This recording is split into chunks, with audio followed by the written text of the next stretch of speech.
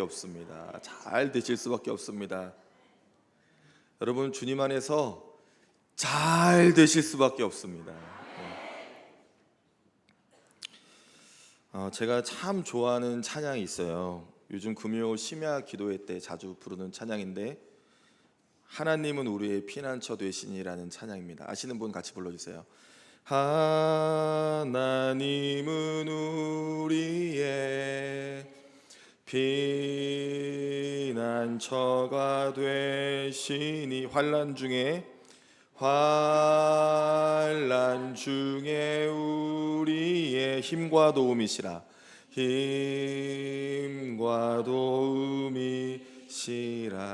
여기까지 하겠습니다. 왜냐하면 뒤에는 올려야 돼요. 그 다음엔 너희는 가만히 있어 주가 하나님 됨 알지어다, 그런 찬양이거든요. 굉장히 은혜롭고 저는 요즘에 제 입술에서 떠나지가 않습니다. 주가 하나님 됨을 알지어다. 이게 오늘 본문 시편 46편의 내용이에요. 그리고 오늘 본문은 1절에서 3절까지 읽었지만 저는 오늘 11절까지 전반을 아우르며 설교하도록 하겠습니다. 여러분, 2001년 9월 11일 미국의 세계무역센터의 거대한 두 빌딩이 알카에다 테러범들에 의해서 민항 여객기 4대가 동시에 납치되었고, 그 중에 3대가 충돌해서 2시간 이내에 그 거대한 2개의 빌딩이 주저앉아 버렸습니다. 그리고 미 국방성인 펜타곤도 공격을 받았어요. 이 엄청난 공황 속에서 미국은 물론이고 전 세계가 충격에 빠졌습니다. 왜냐하면 이제 모두가 테러범들의 표적이 될 수 있으니까요. 이 9.11 사건 10주년을 기념하면서 당시에 미국 대통령이었던 버락 오바마가 연설을 하게 되었거든요. 그러나 잠시 침묵을 한 뒤 성경을 읽었어요. 그 성경이 바로 시편 46편이었습니다. 그보다 먼저 빌리그람 목사님이 그 사건이 일어난 직후에 미국을 향하여 이 시편 46편으로 설교를 했죠. 시편 46편은 기독교 역사에서도 아주 상징성이 있는 말씀입니다.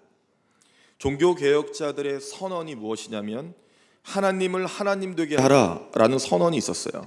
그게 종교개혁자들의 주제였습니다. 종교개혁자 중에 대표적인 사람 마틴 루터가 이 로마의 카톨릭에 저항하면서 불법한 구원에 관하여 하나님의 말씀 안으로 돌아가야 된다라고 주장하면서 종교개혁을 펼쳤는데 그에게 심한 우울증이 찾아왔어요. 과연 내가 이 일을 할 수 있을까? 할 수 없을 것 같은 마음과 몸의 상태가 찾아왔습니다. 그때 말씀을 읽게 되었고 한 구절 앞에 머무르게 되는데 그 구절이 바로 시편 46편 1절이에요. 하나님은 나의 피난처시고 힘이시고 환난 중에 만날 큰 도움이시라. 바로 그 구절 앞에 서게 됩니다. 그리고 그 구절이 계속 맴돌면서 노래를 하게 되었어요.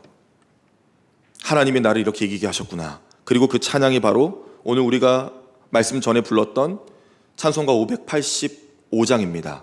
내 주는 강한 성이요. 이 찬양은 마틴 루터의 작사, 작곡의 찬송이에요.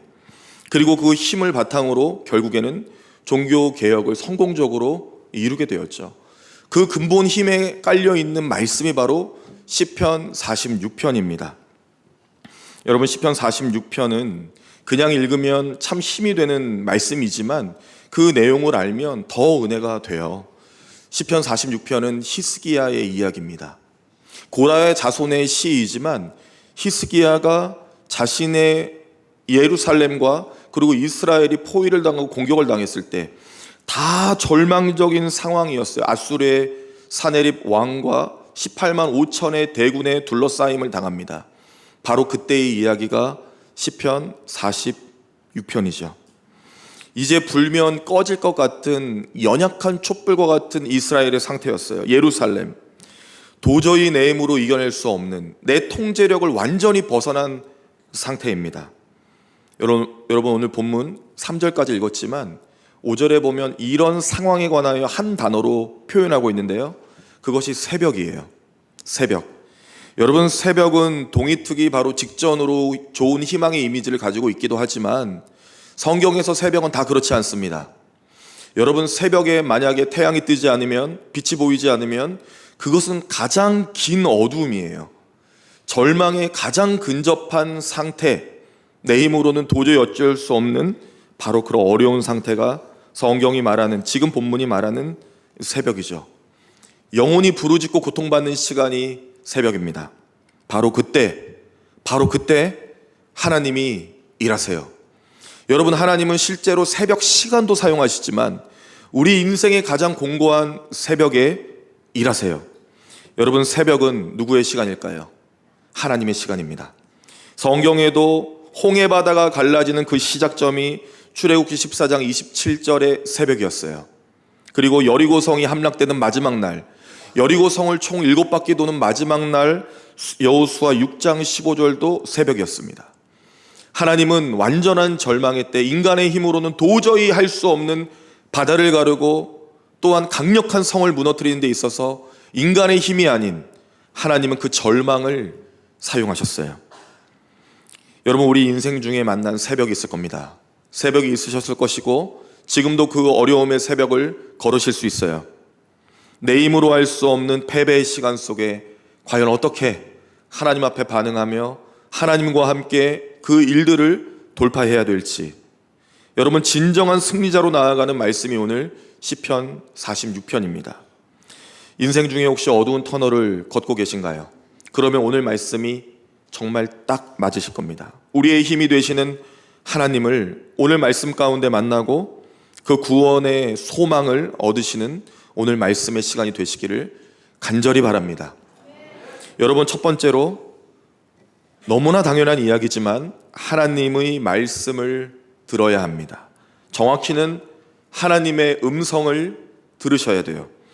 여러분, 오늘 본문의 배경이 되는 열왕기하 18장과 19장, 특별히 열왕기하 18장 13절 이하의 이 내용은 아수르의 군대가 이스라엘을 완전히 침략해서 성공하고 이제 예루살렘 성 하나만 남겨둔 상황입니다. 성경을 보니 18만 5천의 대군이 둘러싸고 있어요. 이스라엘은 그렇게 군대가 많지 않습니다.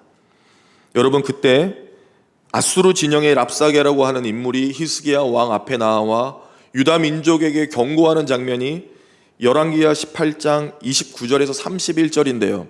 좀 화가 나더라도 들어보세요. 이 말씀 들으면 화가 납니다.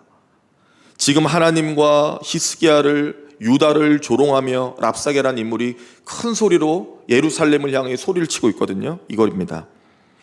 왕의 말씀이, 아수르 왕이에요. 왕의 말씀이 너희는 히스기야에게 속지 말라. 그가 너희를 내 손에서 건져내지 못하리라. 또한 히스기야가 너희에게 여호와를 의뢰하라 함을 듣지 말라. 그가 이르기를 여호와께서 반드시 우리를 건지실지라 이 성읍이 아수르 왕의 손에 함락되지 아니하게 하시리라 할지라도 너희는 히스기야의 말을 듣지 말라. 아수르의 왕의 말씀이 너희는 내게 항복하고 내게로 나아오라. 그리하고 너희는 각각 그의 포도와 무화과를 먹고 또한 각각 자기의 우물의 물을 마시라 라고 했어요. 성경을 읽고 아멘을 할 수 없는 구절들이잖아요. 이거는 아수르 진영의 사네립의 군사인 랍사게가 하나님의 진영을 조롱하고 있는 장면입니다. 듣지 말라가 주제예요. 히스기야의 말을 듣지 말라. 그것은 다 거짓말이다 이거예요. 지금이라도 항복하면 기본 생활권은 보장해 주겠다. 마실 물 정도는 줄 수 있지. 너희가 먹을 포도와 열매들은 줄 수 있지. 그러니 이쪽으로 엎드리는 거 어때? 라고 조롱하고 있습니다. 끝났어요. 사실은 우리가 결과를 알고 있지만 그 당시 상황은 끝났습니다. 여기서 항복해야 돼요. 그래야만 백성도 살리고 기본적인 생활이 됩니다. 히스기야의 말을 듣지 말라고. 제가 오늘 31절까지만 읽어드렸지만 32절에 한 번 더 얘기하거든요. 히스기야의 말을 듣지 말라. 그게 주제였어요. 여러분, 하나님의 하신 말씀에 힘과 지혜와 길이 있기 때문에 사단은 듣지 않기를 원합니다. 하나님의 말씀이 들리지 않기를 원해요. 여기 우리가 지금 다 예배드리고 있습니다. 누군가는 하나님의 말씀으로 들려요. 그러나 누군가에게는 그렇지 않을 수 있습니다. 물론 설교를 잘 못하는 목사의 책임이겠죠. 그러나 그럼에도 불구하고 하나님의 말씀이 하나님의 말씀으로 들린다면 그것보다 큰 은혜가 없을 거예요. 오늘 유다와 히스기야는 정말 큰 위기 가운데 있어요. 사단은 여러분, 우리의 마음과 생각을 지배하려고 합니다. 우리의 마음과 생각 속에 하나님 말씀이 들리지 않도록, 그 음성이 들리지 않도록, 들었어도 들은 게 아니도록 빼앗아 가려고 해요. 누가복음 8장에 보면 길가에 씨앗을 뿌리는 비유가 하나님 나라의 비유로 나옵니다. 예수님께서 말씀하시되 씨 뿌리는 자의 비유 중에 길가에 떨어져 때로는 밟히고 공중의 새들이 먹는다라고 말씀하시면서 누가복음 8장 12절에 보면 길가에 있는다는 것은 말씀을 들은 자니 이에 마귀가 가서 그들이 믿어 구원을 얻지 못하게 하려고 말씀을 그 마음에서 빼앗는 것이요 라고 나와 있어요. 구원을 받지 못하도록, 믿지 못하도록 말씀을 그 마음에서 빼앗아 간다라는 표현이 있습니다. 그래서 하나님의 말씀이 길가에 떨어진 것처럼 함부로 해서는 안 되는 거죠.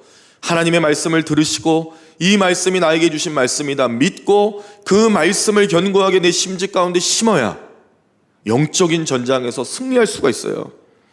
강준민 목사님의 뿌리 깊은 영성이라고 하는 책이 있습니다. 그 책에 보면 우리의 영적 성장에 있어서 장애가 되는 것은, 장애물이 되는 것은 소음이래요. 외적인 소음이 아니고요, 내적인 소음이랍니다. 내 안에서 요동치는 거죠. 내 마음과 생각에서 요동치는 거죠. 하나님의 말씀을 심지 못하도록 끊임없이 요동치는 거죠. 이것이 육의 생각을 만들고 하나님과 멀어지게 한대요. 전적으로 동의합니다. 여러분, 오늘 히스기야가 하나님과 멀어질 수밖에 없는 상황 속에 있었어요. 남유다 백성들이 하나님과 멀어질 수밖에 없는 상황 속에 있었어요. 죽음인데요. 죽음이 둘러싸고 있는데 어떻게 이깁니까?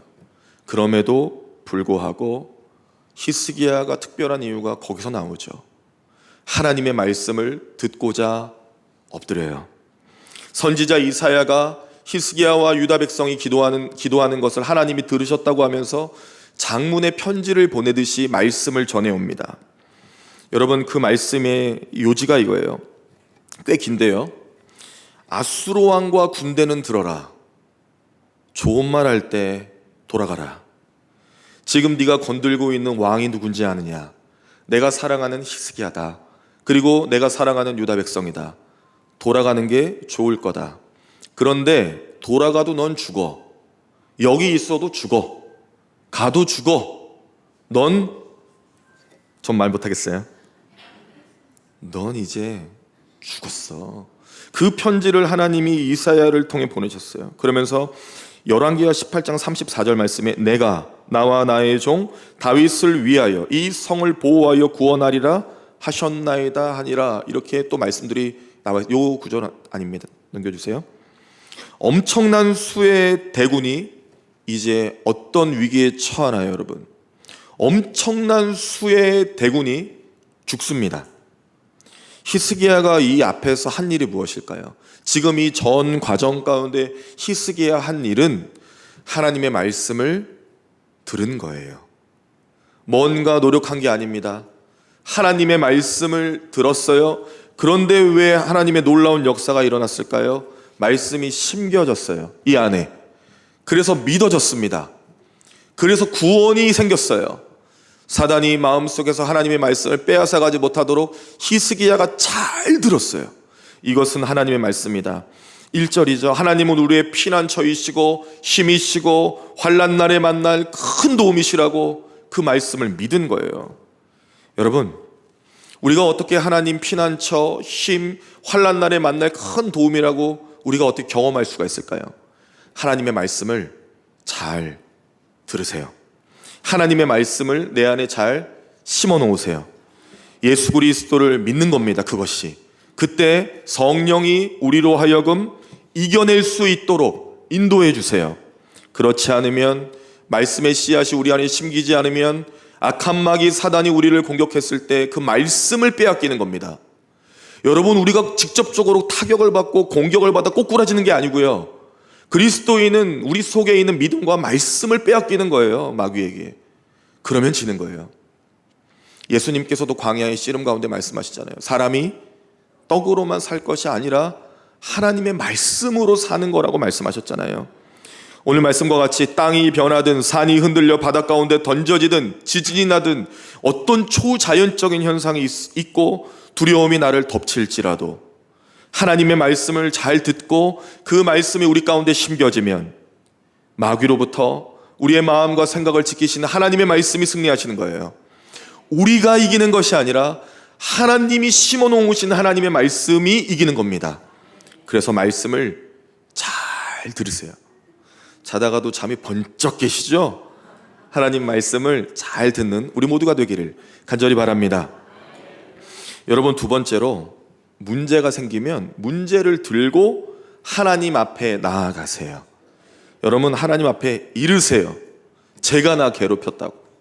그렇게 이르셔야 돼요. 오늘 히스기야의 기도가 굉장히 놀랍습니다. 여러분, 열왕기하 18장 19절에 보면 히스기야가 이렇게 기도하거든요.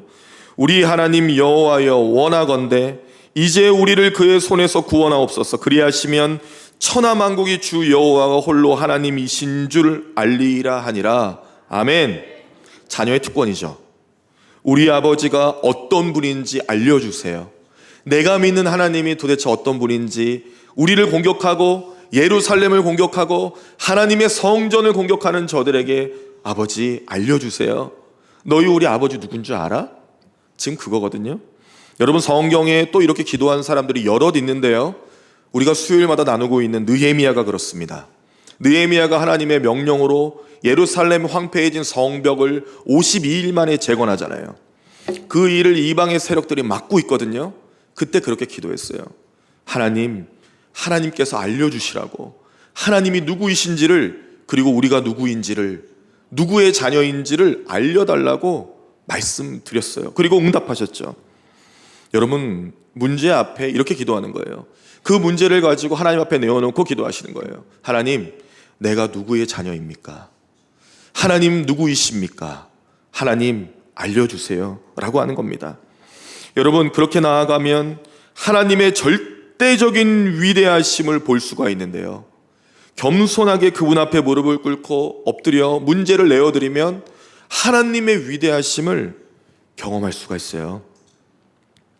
사랑하는 여러분, 우리가 하나님을 찬양할 때 고개를 뻣뻣이 들고 찬양을 합니까? 아니죠. 그분 앞에 우리가 고개를 숙일 수밖에 없고 마음의 무릎을 꿇을 수밖에 없어요. 우리가 어떻게 전능하신 하나님 앞에 고개를 뻣뻣하게 들고 찬양을 할 수가 있을까요? 그 마음으로 문제를 가지고 하나님 앞에 나아가 무릎을 꿇고, 마음의 무릎을 꿇고, 영혼의 무릎을 꿇고 엎드려 히스기야와 같이 기도해야겠죠. 오늘 4절에 보면 한 시내가 있어 나뉘어 흘러 하나님의 성, 곧 하나님의 성소를 기쁘게 한다는 내용이 있는데요, 여러분, 여기서 성소는 예루살렘입니다. 예루살렘은 물이 많이 없는 지역이에요. 물이 많이 없어요, 원래. 그런데 여기서 흘러간다는 물은 무엇인가 하면 바로 하나님의 임재입니다. 소망이 없는 땅, 물도 없는 땅, 그러나 이제는 목마르지 않을 정도의 엄청난 양의 하나님의 생명의 물줄기와 같은 물이 흘러들어가 성소에 가득하고 영원히 마르지 않는 샘이 되어주겠다고, 공급해 주시겠다고 하나님의 임재를 약속하시는 거예요. 여러분, 문제를 가지고 하나님 앞에 나아가 그대로 맡겨드리면 하나님께서 약속을 주세요, 말씀으로. 그 약속을 오늘 받은 겁니다. 빌립보서 1장 28절에 이런 말씀이 있어요. 무슨 일에든지 대적하는 자들 때문에 두려워하지 아니하는 이 일을 듣고자 함이라. 이것이 그들에게는 멸망의 증거요 너희에게는 구원의 증거니 이는 하나님께로부터 난 것이라. 아멘. 두려워하는 일, 대적자, 우리를 곤고하게 하고 괴롭히고 절망 가운데 끌어들이는 모든 것, 그 문제와 환난요, 하나님 앞에 가지고 나아가면 두렵지 않고요, 하나님 앞에 가지고 나아가면 우리를 구원해 주신대요. 그 구원은 누구로부터 나옵니까?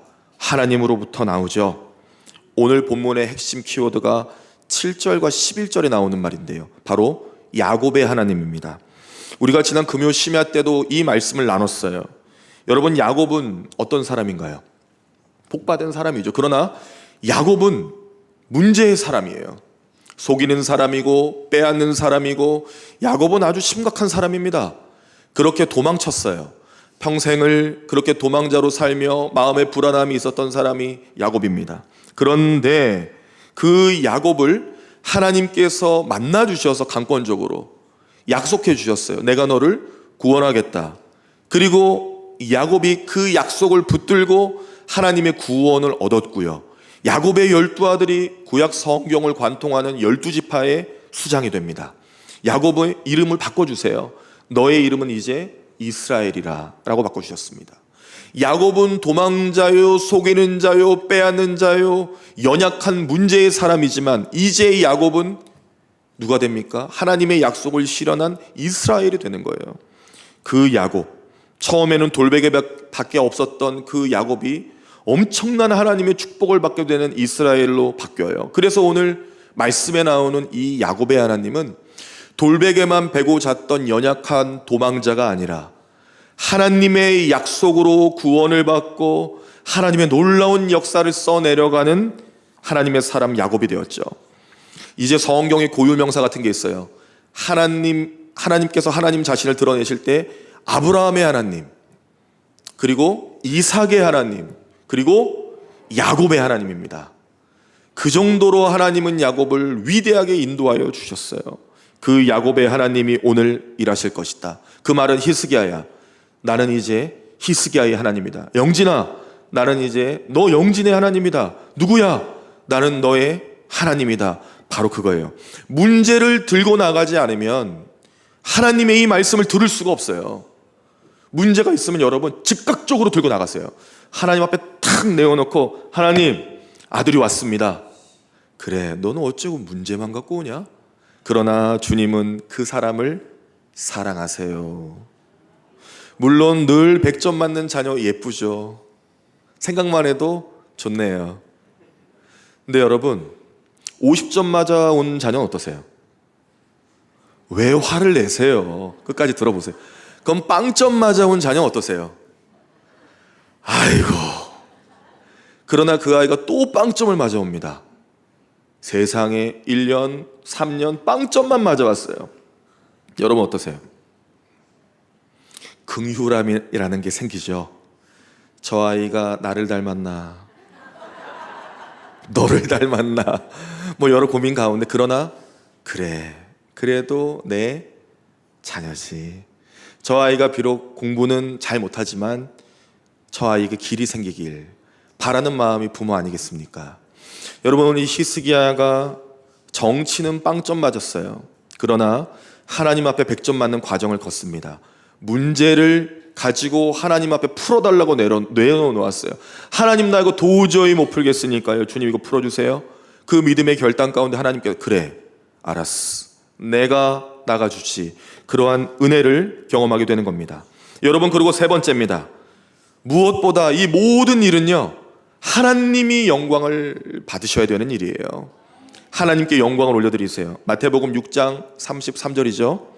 그런즉 너희는 먼저 그의 나라와 그의 의를 구하라. 그리하면 이 모든 것을 너희에게 더하시리라. 아멘. 여러분, 이 말씀은요, 사실 믿음이 없는 자들에게, 사실 믿음이 작은 자들에게 주신 말씀이에요. 염려하는 자녀에게 주신 말씀이에요. 두려워하는 자에게 주신 말씀이에요. 의심하는 자녀에게 주신 말씀이에요. 먼저 하나님의 나라와 의를 구하라. 하나님께 영광을 올려드리래요. 먼저 할 것이 그거랍니다. 지난주에 우리나라에 큰 기쁨이 있었죠. 저에게는 큰 기쁨이었습니다. 드디어 노벨 문학상 수상자의 작품을 번역본이 아닌 한글로 읽게 되었어요. 얼마나 좋아하는지 몰라요. 소년이 온다, 채식주의자와 같은 책으로 유명한 한강 작가가 노벨 문학상을 받았습니다. 그래서 저만 좋아할 줄 알았는데 그래도 저는 엄청 좋아요. 정말 기쁩니다. 나라에 정말 기쁨이 되었고 영광이 되었잖아요. 그런데 제가 굉장히 감동받은 것은 그 수상 발표 이후에 그분의 행보였어요. 기자회견을 안 하시더라고요. 해야 되는데 빨리.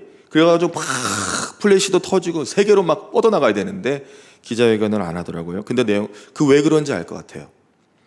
그분이 노벨상을 받은 책의 내용이 5.18 광주의 일입니다. 여러분, 저는 지금 정치적인 얘기를 하는 게 아니에요. 그 아픔, 죽음, 고통, 인간의 존엄함 가운데 그렇게 숭고한 자세를 취한 거예요, 그분은. 저는 그래서 되게 감동받았어요. 사실은 제가 그 책을 읽다가 멈췄거든요. 어려워요. 문체도 어렵고 이해가 쉽게 되지 않아요. 그런데 다시 보고 싶어졌어요. 여러분, 그리고 또 하나의 기쁜 소식이 있는데, 작은 땅의 야수들이라고 하는 책을 쓴 김주혜 작가가 어젠가요, 그젠가요? 그 러시아의 최고 권위에 있는 톨스토이 문학상을 수상했습니다. 굉장한 상이거든요. 그런데 이렇게 동시에 한 주간에 이렇게 큰 상을 받았는데요. 이 김주혜 작가는 미국 시민권이 있는 미국 사람이죠. 그런데 그분의 외할아버지가 독립운동가였어요. 그 독립운동가의 할아버지를 기점으로 쓴 책인데, 일제강점기에서 변하지 않는 인류의 가치, 인간의 존엄적인 사랑을 말하는 책이거든요. 변하지 않는 가치들에 관해서. 그 작은 영웅들에 관한 이야기가 또 그렇게 엄청난 상을 받았습니다. 그런데 그 두 분이 다 우리나라의 큰 영광에 시간을 돌려주었죠. 여러분, 그런데 사실 우리도 글 쓰는 사람인 거 아십니까? 여러분, 이 땅을 살아가는 하나님의 펜이에요. 우리가 하나님의 연필과 같아요. 우리가 어떻게 살아가느냐에 따라서 하나님의 역사가 세상 가운데 쓰여져 가고요, 세상의 사람들이 하나님의 역사가 무엇인지를 보게 됩니다. 여러분, 그리스도의 보혈이 잉크예요. 그리스도의 보혈이 내 심장 안에 막 살아있기 때문에 그 심장 안에 뜨거운 그리스도의 보혈로 죄 용서받고 구원받아서 세상의 연필이 되어서 하나님의 일들을 써내려가는 작가시라고요, 저와 여러분이.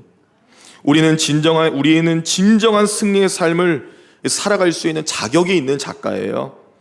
우리가 어떻게 써내려가느냐에 따라서 하나님이 영광을 받으시기도 하고요, 그렇지 않기도 합니다. 여러분, 오늘 우리가 부른 찬송 585장 한번 보세요. 찬송가 585장의 2절입니다.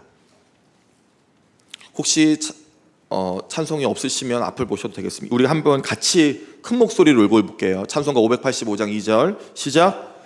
내 힘만 의지할 때는 패할 수밖에 없도다. 힘 있는 장수 나와서 날 대신하여 싸우네. 이 장수 누군가? 주 예수 그리스도 만군의 주로다. 당할 자 누구랴? 반드시 이기리로다. 아멘. 내 힘으로 나가면 패배한대요.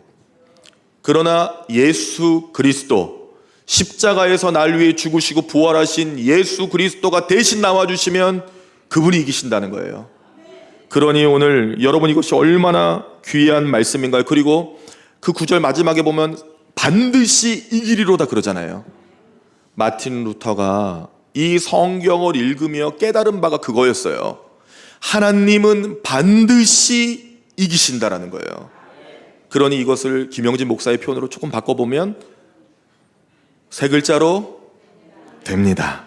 하나님은 반드시 이기신다. 지금 이겨서가 아니라 하나님은 이기실 거니까 믿음으로 그렇게 선언하고 고백하는 것이죠.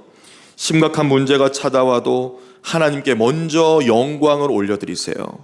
여러분, 문제가, 환난이, 고난이, 어려움이 찾아오잖아요. 그러면 인사부터 하시고요. 반가워, 고맙다, 하나님 감사합니다. 지금부터 하나님 영광 받으시면 되겠습니다. 하나님 출동.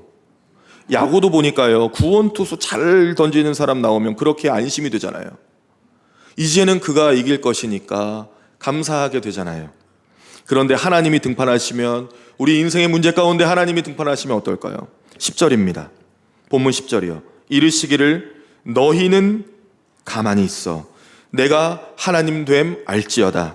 내가 문나라 중에 높임을 받으리라. 내가 세계 중에서 높임을 받으리라. 아멘. 히스기야가 아까 어떻게 기도했죠? 히스기야가 기도하기를 하나님 저들이 하나님 누군지 모르는 것 같아요. 하나님, 저들이 내가 누군지 모르는 것 같아요. 하나님 누구이시 보여주세요. 하나님 살아계심과 하나님의 능력과 지혜를 보여주세요. 그 기도에 응답하신 거예요. 내가 세계 중에 높임을 받으리라. 그러니까 히스기야야, 유다야, 가만히 있어. 내가 해결해 줄게. 히스기야의 죽음과 같은 전쟁 중에도, 저주받은 것 같은 인생 중에도 하나님을 높여드렸더니 하나님께서 높임을 받으시는 거예요. 하나님이 하실 수 있음을 고백했더니 하시겠다고 하시는 거예요. 사랑하는 교회 여러분, 나라와 민족의 여러 문제들이 있습니다. 교회는 부패하고 있어요. 또 교회는 세상의 가치가 많이 들어와 있습니다. 우리 자녀들 안심할 수 없어요. 예전과 같지 않습니다. 여러분이 뜨겁게 신앙생활 하시고 부르짖어 기도하시고 찬양하셨으며 그렇게 전심으로 주님 그랬던 시기가 아니에요. 한국교회가 기도하고 있어요. 깨어 기도하셔야 됩니다. 하나님이 영광을 받아달라고 기도하셔야 돼요. 분단의 이 아픔과 세계 속의 전쟁을 놓고도 기도하셔야 돼요. 하나님이 영광을 받으시도록, 그러려면 무엇을 해야 되는가?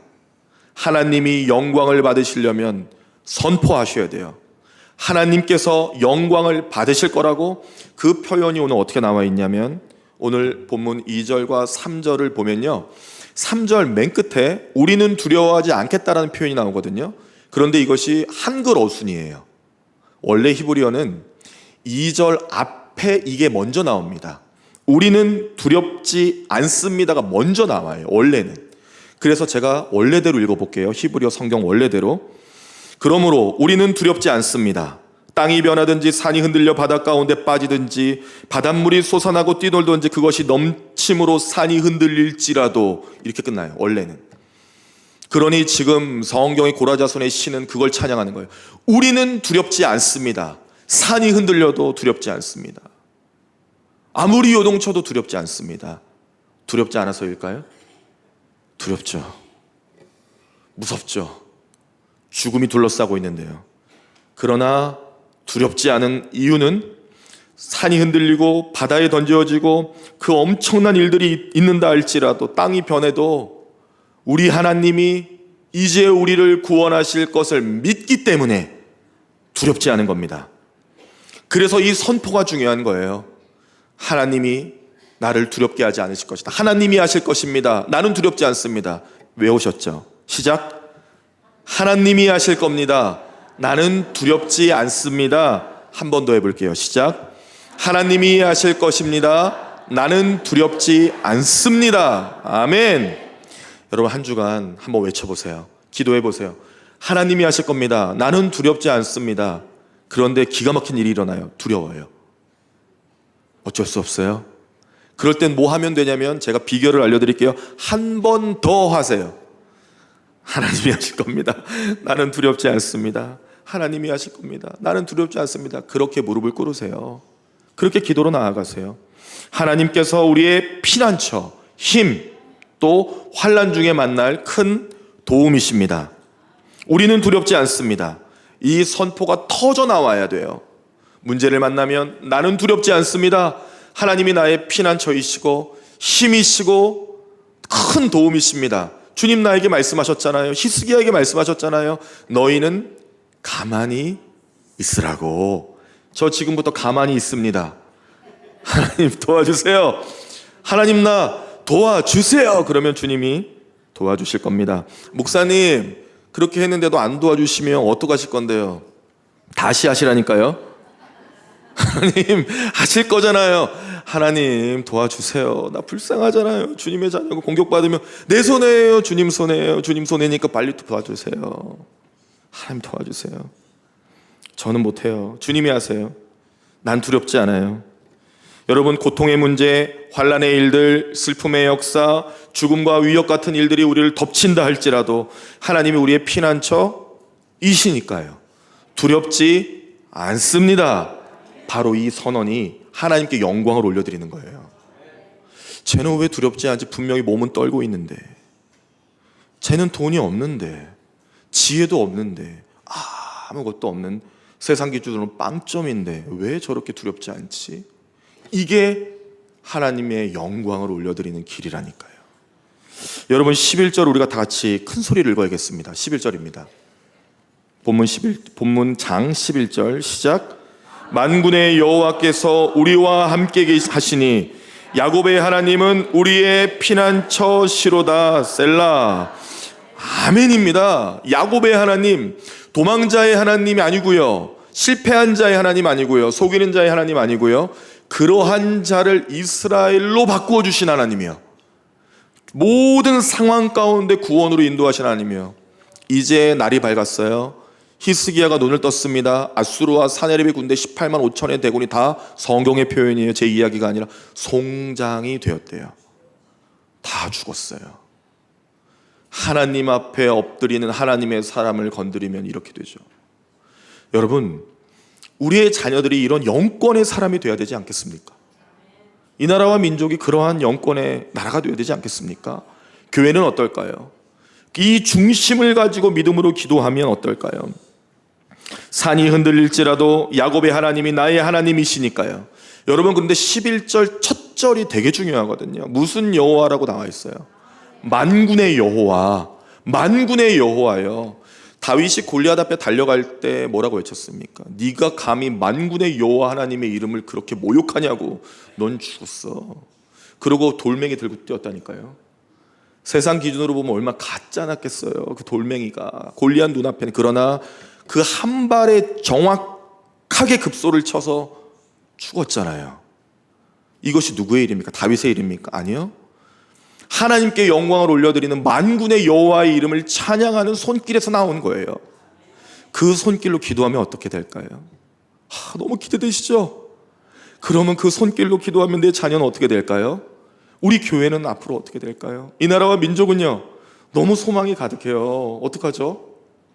너무 좋아요. 여러분, 주님 안에서 잘 되실 수밖에 없습니다.